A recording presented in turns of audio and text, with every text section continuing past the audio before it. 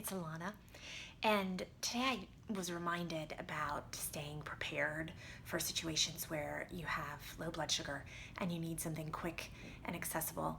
We had a situation where my daughter had an allergic reaction and we didn't have her EpiPen close at hand, and so lesson learned to check and make sure that every purse, briefcase, backpack, car has all the supplies we need. And I used to do this regularly, but have quite frankly gotten lazy about it. So I've been reminded, and I want you to remember to go through all the places where you may want to have quick access to sugar and make sure you have a pack of glucose tablets, you have some granola bars stashed away.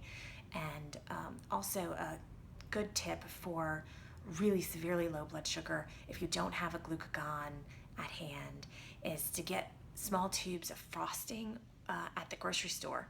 And if a diabetic is not at all responsive, you can squirt a small amount of that really sugary frosting or icing onto your finger and rub it inside the diabetic's mouth, and the body will actually absorb it through the inside of the mouth or the gums.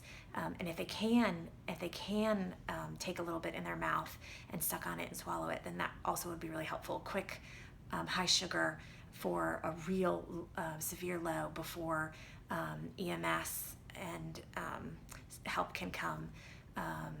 So be prepared. We've learned our lesson. I'm going to go through purses and briefcases and cars and make sure we have everything we need to stay safe. And I hope you'll do the same. Thanks. Have a good week.